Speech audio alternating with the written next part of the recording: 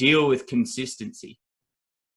I think you'd find in most companies, whether they be startups or even large companies, large companies really faction off into small pods and teams, right? Where it feels like its own little company, probably 100 and less employees that you get into. But normally at the top, you normally have someone who's more of the creative person, and you've kind of got someone who's more of an operator, right? You've got the manager and the maker, right? Typically. And it's best in cases like yours where either one could move, back and forth.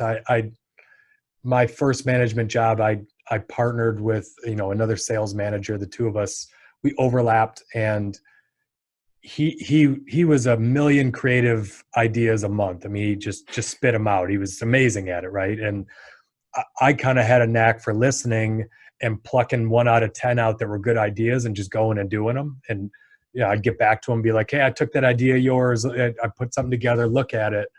And he was always spitting them out.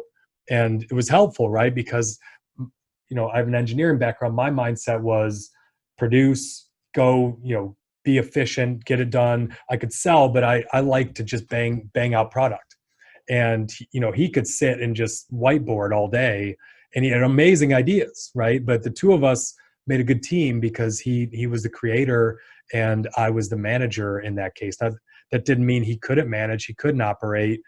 We just ended up playing those roles for each other. And I've always tried to have someone around me who was good financially, who was, I'm naturally probably more optimistic. So I like to usually have a pessimist on my team, someone who stopped me from getting myself in trouble, right? Or looked around the corner. Cause in my mind, not just with employees, with anything, my ego would go crazy and I would think we can do anything. So it's good to have a pessimist on your team who would say, not everything. Don't try that one.